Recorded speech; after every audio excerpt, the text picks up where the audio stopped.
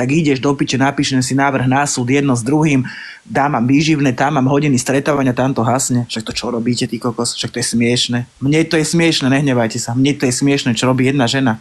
Lebo toto jedna vysporiadaná matka neurobí. Ja som takisto rozvedená a žijem si normálne. Čo ja budem otravovať niekoho? Na čo? Nejsme spolu, dovidenia. Amen. Pravdu máš, Elmi, teraz máš čistú pravdu. Lebo ja som tiež hovorila, že to, čo majú dospelí medzi sebou, nedehajú do toho dieťa, oni majú medzi sebou nejaký spor, ktorý vedú a naozaj na sociálnej sieti to nebýva tak, že proste áno, idem do toho priťahnuť môjho syna, lebo neplatí výživné, lebo niekto zaplatil za neho výživné, lebo toto, lebo hento. Vyriešte si to normálne v súkromí a hlavne ty, Vášeň, sa spamätaj. Lebo naozaj... Cudzím ľuďom, Lenka, cudzím ľuďom toto ja budem vešať na hlavu. Čo, lásky moje? Ja idem do obchodu, áno, potom sa pochválim, čo som kúpil. A Lenka, bakalár a vy, čo ste tu všetci, keď sa nemá nikto na nás, pretože my tu dávame pravdu a že by jedna Vášeň, ktorá má komplexy sama so sebou, by rozprávala o mne dačo, o bakalára. Tu je aspoň vidieť, jak si umreta za mojím károm a za bakaláriskom károm. Ty si jedna nevysporiadaná žena, ktorá sa nevie zmieriť s tým, že Vejka a bakalár spolu žijú, pretože ty si 2 dní ešte jemu písala, že ho miluješ a bakalár ti čo napísal? On je šťastný muž so svojou ženou. Pretože pri tebe zažil čo? Jenom iba kurvu, jak si rozťahovala piču, odmietla si mu právo na syna, čo bakalár ľúbi svojho chlapca, pretože to, čo on robí pre toto, to nikto neurobí. A to, že pil, alebo niečo šal po nejakých omarných latoch, šal to len kvôli tebe. Ty si jedna nevyrovnaná žena, aby si ma fajne pocickala. A som chcela povedať k tomu to, že strašne veľa ľudí skúsilo nejakú drogu. Áno, to je jedna vec. A to, že povie Vášeň o Kristianovi, že on droguje alebo pije a jedno s druhým. Ľudia, je 21. storočie. Dobre robí, nech si dá. Ty si myslíš, Vášeň, že keď povieš niekomu, že Kristián drogoval alebo pil, alebo neviem čo, že mu ublížiš, neublížiš, lebo je 21. storočie. Človek proste skúša. Áno, to je jedna vec. Ale aby sa rozprávala o ňom, že neustále droguje a pije, nie je to pravda, lebo Kristiána poznám. Ale preto ho špiní, lebo už nevie, jak sa má k nemu dostať, vy tomu nechápete, už nevie, čo má robiť, je cez decko.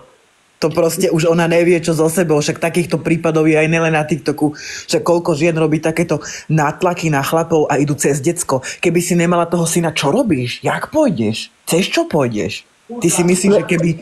Však to je citové, hnusné, psychické vydieranie. Lebo keby nemala o ňo záujem, tak ho ani nespomenie. A ne? Stále nič iné nepočujete od starej Špiringlovej a od nich bakalár, Baranová, sultán alebo sultánka. Teraz dávajte pozor, Defo na môj stream, všetkých blokovať fejky, komplet. Lenže ja nie som na počuť. Ale čo je na tom špatne? Veď je to pravda, stará to vie, že vaše nezaujímavé. To je chore, toto, že proste ja som im nič nespravila. Kristián prišiel tu, zrobil zo seba idiota. Nie, Kristián! Nie, Kristián, ty robíš zo seba tú obeť. A to je úplne akože odveci, lebo ja som... Nie, toto je hra, politika špinavá. Nelajkovať. Ide robiť toto, lebo nevie spracovať v hlave, že som tu u vás. Prečo nemáme lajkovať, Lenka? Aby som vedela chytiť Jeffa. Aha, dobre. Mám jednu osobu, ktorá mi to nahráva, takže je mi to úplne jedno. Áno? Tak nech ma tá osoba fajne vydudla. Vy sa divíte takýmto veciam. Veď vidíte, že baranica je zlo. Zase. Ona sa zalúbila do teba, Lenka. Ja neviem, čo ona má so mnou, asi deti. Počúvajte, viete, čo je sranda, že táto, neviem, jak sa volá taký Kova ex, alebo čo, že prečo to vieša na nos nejakému Jeffovi, ktoré deti nemá, alebo nejakej starej, ktorá si sama nevychová decko. A keď chceš radu, opýtaj sa normálnej, inteligentnej ženy, jak máš v tomto postupovať, ale vešaš to na nos ľuďom, ktorí sú v podstate kvázi nič, hej? Ale určite ti pomôžu. Oni ti pomôžu. Ja tebe, ale blokni Taňu. Si uvedomte, že oni všetci, každý, kto je pri pani Slavke, ktorá vyhráva nad bakaľarom. To není hra. Ale Vášeň, toto není hra, chápeš? Toto není hra. Či menej svedkov a ľudí, ktorí sa jej zastanú. Spomenula si môjho Sebička. Ty buď rada, že ja som za tvojim synom od začiatku stála. Kvôli nemu som sa dostala do tejto kamufláže. Kvôli nemu. Ale to nevážiš, ty vlastne. Nič, lásky moje, ja budem končiť, ja idem do obchodu, hej. A potom som váš, dobre? Už nás počúvajú, ticho. Amor, potom voláme Jovo skupine, lásky moje. Idem aj ja. Alenka, moja baranica. My sme vyhrali, oni prehrali. Skončili ste. Ahoj, Maťko, čo to vidíš, ahoj, čo robia. Lenička, ahojte, ahoj, buzerán môj.